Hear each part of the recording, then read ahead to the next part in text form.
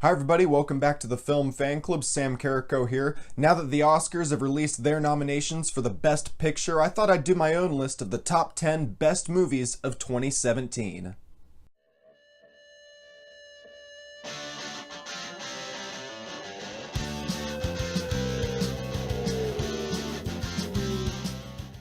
Full disclosure, I didn't get a chance to see Call Me By Your Name or Phantom Thread before having done this video. I do plan on seeing them before the Oscars, but they didn't get a chance to be considered for this list. I do have some honorable mentions though. First off, Mother. Really what Darren Aronofsky and Jennifer Lawrence and Javier Bardem were able to do with that story and the metaphors and the way they were able to take a movie and almost make it an experience that's just more than a movie. I don't think it gets enough credit. Blade Runner 2049, I thought that was a great follow-up that over time, the more I think about it, the more I like it. I gave it a 7.5 out of 10 at the time, and I think I'd give it probably an 8 out of 10 now, and it really just the cinematography with Roger Deakins doing it and what Denis Villeneuve was able to bring to it made it really superior. And lastly of my honorable mentions is Wonder Woman. Really blew me away as far as being part of the DC extended universe, and Patty Jenkins, the first Wonder Woman live action film that we've got in theaters, and it was just a fantastic first experience with a Wonder Woman solo film, and it's really what superhero films ought to be and ought to strive to be, the big blockbusters. It was a great example going forward. So those are my honorable mentions. Now on to the top 10 list, going from bottom to top.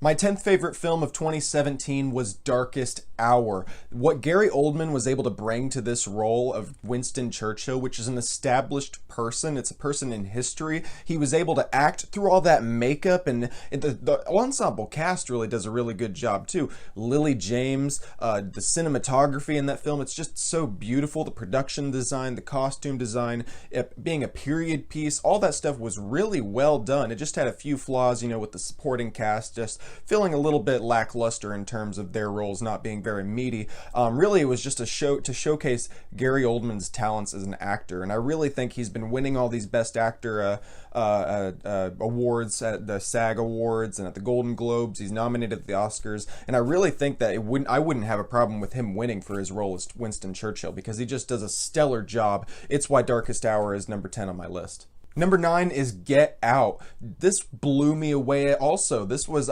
something that I heard the hype about. I waited like 11 months to actually see the movie because I just didn't get around to seeing it while it was in theater. I'm not a big horror guy, and being not a big horror guy, this was just a stellar horror film. I really liked seeing it, and the way that it's able to approach the topic of racism and make you think about an aspect of it that you don't usually think about in ways that I thought it was just going to go the normal route and saying racism is bad in the most generic kind of ways, which would be a great message. But the way that it's able to take that message and expand upon it and make you think about different aspects of racism through the really well-placed metaphors in this film, and just also being just a really scary movie that doesn't resort to a lot of jump scares or things that really bother me. It didn't really, I was thinking about this after I shot my review, it doesn't really feel as much like a Blumhouse movie as much as an A24 movie, and I mean that in the best way possible, because A24 is a really great studio on the rise, and that's what it felt like Get Out was. I really can't wait to see what Jordan Peele does next. Number 8 is another horror movie. It Comes at Night. This was awesome. Joel Edgerton and the way he plays this guy who has his family locked up because there was like a zombie apocalypse. But the thing that scares you about the film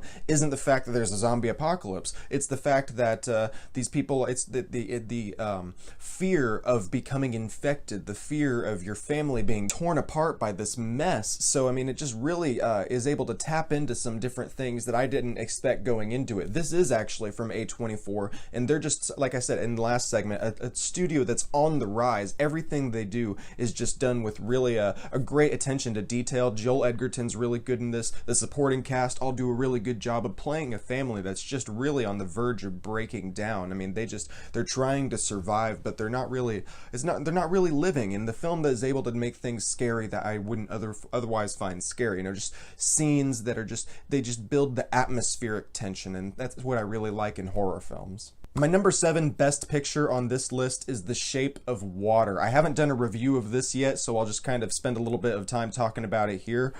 The Shape of Water was really amazing. I was really had a lot of hype going into it. It was on one of my my top 10 most anticipated movies of the fall, so I kind of had a lot of expectations going into it, and I think it met all those expectations. It was a really unconventional, progressive kind of romance, but it also has elements of horror. It feels like a 1950s kind of sci-fi, you know, Creature from the Black Lagoon kind of movie, directed by Guillermo del Toro.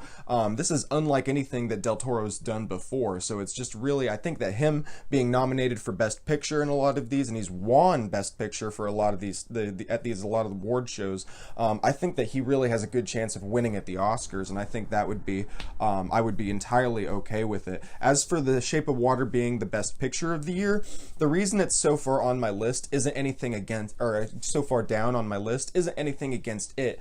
It's my 7th favorite film of the year, just because there are 6 more really good movies ahead of it, and it's unfortunate that it came out in a year that there were just so many good movies, I thought, in my opinion. I mean, I know my opinion's a little bit different from the Academy's, but that doesn't have anything against The Shape of Water. Sally Hawkins does a fantastic job playing a mute. Doug Jones does an amazing job. The makeup team does an amazing job. The special effects, the way they're able to blend the special effects with the makeup, it all just works really well. Michael Shannon, this is probably the best I've ever seen Michael Shannon. The way he plays a guy who's just truly losing it, but he's very buttoned up and trying to get the job done on the exterior. So I mean, it just really, there's so many elements of this that work for me. It's a solid, like a solid 9 out of 10. Number 6 is Baby Driver. This is unlike any other action movie, I feel like, that came out in 2017. It had a sense of style, an amazing blending of the soundtrack with what's going on in the movie. It had likable characters. It had great villains. It just, the plot was very fun. I never really missed a beat in terms of the pacing. I was blown away by Baby Driver. I've talked about it at length. It was one of my favorite films. It was actually my favorite film of the summer at the time. Since then, it's probably shifted a little bit in terms of my favorite films of from summer 2017, which is why it's number 6 on my list. But still, that doesn't have anything against it. It blew me away at the time. Ansel Elgort did a really good job of playing Baby. Lily James, for the most part, this movie is the one that introduced me to Lily James, and she did a fantastic job here. The action was just off the rails. Edgar Wright did a great job directing this movie. And I don't think that any other director could have done it if it hadn't been for Edgar Wright. He brought some unique sensibilities that only he could have brought that I really enjoyed getting to see. So this is one of my favorite movies of the only of the year, but just in general. I already have it on Blu-ray. It's really a shame that it's not getting a little bit more recognition. I don't know what I would nominate it for, but it just had a sense of style and a sense of it was such an all-around great movie. The writing was on par. The dialogue was snappy. I had a great time with Baby Driver, and I wish that more people would kind of recognize that. Number 5 on my list, and this is kind of what I was talking about in the last segment when I was talking about movies from summer 2017 shifting around a little bit. The more I think about A Ghost Story, the more I like it. I think it was something so different, the way that it approached relationships, dealing with death, dealing with the death of a loved one, dealing with all these complex issues, and able to bring it in such a beautiful way and kind of whittle it down to a simple kind of story. And the way what Casey Affleck playing a guy, a ghost underneath a blanket, and Rooney Mara playing someone who's lost her loved one, and the way that the cinematography is in this, and that they're able to hold on to a shot. They know how to get a performance out of an actor in really long takes and just let you absorb the emotion in the scene and not really add a lot of music because it's not really needed. You just get to just feel what the actors are doing. It was really unlike anything else I've seen. It's so unique, and that's why the more I think about it, the more I love it. And that ending, the ending of this movie is so powerful, kind of like Baby Driver. Not a lot of people have seen this movie. Even less people have seen this movie than Baby Driver, and that's a shame because it's such a really good film. I wish it had actually come out a little bit later in the year, because then I feel like it would really have a good chance of getting some awards attention. The fact that Rooney Mara, I don't think she got nominated for this at all anywhere. That's really quite a shame. So because she did such a good job. So I really hope that this gets a little bit more attention. It was so good, and the more you think about it, the more it resonates kind of with you. And I like movies like that. So that's why it's my 5th favorite film of the year. Number 4 is The Disaster Artist. I loved this movie. I was really looking forward to it after seeing all the trailers, but I just didn't know how much I would love it. Having seen The Room like a week before this came out, I was completely blown away by how they were able to make me care about the creators of such a bad movie. And it's just an all-around fun film. It's a great comedy. James Franco is able to become Tommy Wiseau, and the fact that he becomes Tommy Wiseau and brings the laughs, but doesn't ever just become a cartoon character with it. He actually is playing a guy that you feel about. This actually feels like a biopic, like an Oscar-worthy biopic, that also just happens to be a really funny Seth Rogen, James Franco comedy. So the fact that it's able to blend genres so well, it really got a lot of cross appeal to me. I loved it, and I'm really glad that they were able to release it, and it's getting a lot of attention too, because it was a really great film. I've done my review of it semi-recently, so I won't go into it too much, but it hit me on so many levels, and the fact that it's just someone trying to accomplish their dream in Hollywood, and I can kind of relate to that as well, so I just loved it. It had a lot of heart to it that you don't see in a lot of films. At the same time, it was just hilarious. It was hysterical, too, so it's number 4 on my list. My number 3 best picture of 2017 is Lady Bird. This movie, I did not watch many trailers for it. I watched 1 or 2 whenever I was seeing other films, but I just didn't really read up on the plot of it that much. Hadn't really been exposed to Saoirse Ronan as an actress. I didn't know much about Greta Gerwig, the writer-director, so I went into this film semi-blind, and man, what I like about this film is it just feels so true to life. It feels so authentic, whether it be Greta Gerwig's screenplay and the dialogue that Saoirse Ronan has to act off of, and the way that Lady Bird, who's the main character, interacts with her mother, and the way that she interacts with boys growing up whenever she's dating or in high school. It just feels so true to life, and the actors are able to bring it in 100%. Saoirse Ronan, again, she's like an Irish lady. I didn't know that she has this really strong Irish accent until after I watched the movie and saw some interviews with her after, like on YouTube and stuff, and I'm like, holy crap! So she not only did she mask that accent 100%, but it seemed like she was able to just completely become this role and just feel like a very authentic, a 100% average American girl, and I mean that in the best way possible. Just this American girl trying to grow up and live in Sacramento, California, and move to New York and make her way and figure out what she wants to do with her life. And it just feels so authentic is the word that keeps coming to my mind. But the film also has a great style. It has a great way of making you appreciate the things around you, the people around you, and not in an over the top way too. It doesn't feel like it's not like advertised or trying too hard to be that mother-daughter movie that you can go see with your mom. It just feels like just a true to life story, a great screenplay, really, a great capsule in time for this person's life, and just shown off in the best way possible. The talent behind it, they were able to bring such a level attention to detail to this particular project that you don't see very often, and I loved it. Number 2 is a movie that it's a crime that nobody else is talking about this. My second favorite film of 2017 is Logan. And for the longest time, this was my favorite film of 2017, up until the end of December. And still in January when I was catching up on 2017 movies, this was still, for the longest time, my favorite film of the year. Because it doesn't feel like a comic book. I mean, it feels like a comic book movie, I guess. It feels like a Wolverine movie. It feels like a great adaptation, partially, of the spirit of the Old Man Logan comic book and what the intention and the tone behind that was. But at the same time, it also feels like a true Oscar, character piece. Hugh Jackman is at his best here, not only as Wolverine, but I think as an actor, other than maybe roles like Jean Valjean where he has to sing and act.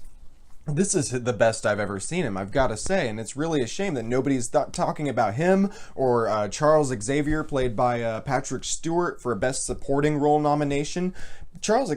Patrick Stewart blew me away in this. The way that they're able to bring layers to the Wolverine and Professor Xavier roles that I had never seen in an X-Men film, and I don't think I've seen layers like this brought to any comic book characters ever. I don't even think in The Dark Knight Bruce Wayne was as complex as Wolverine or Professor Xavier were in the movie Logan. And that's not really hyperbole to say, because this film is able to just put them in situations, put them at stages of their life where you just look at these characters in different lights. You get to see them act different ways. You get to see them grow. You get to see how they've grown in the past. You get to see them at very important stages of their life that really require great performances from these actors, unlike other roles have. And I think that it's a shame. Again, I'm really complaining for half of this list, but it's really a shame that people aren't taking a closer look at Logan, other than the fact that, like, oh, it's a really good comic book movie.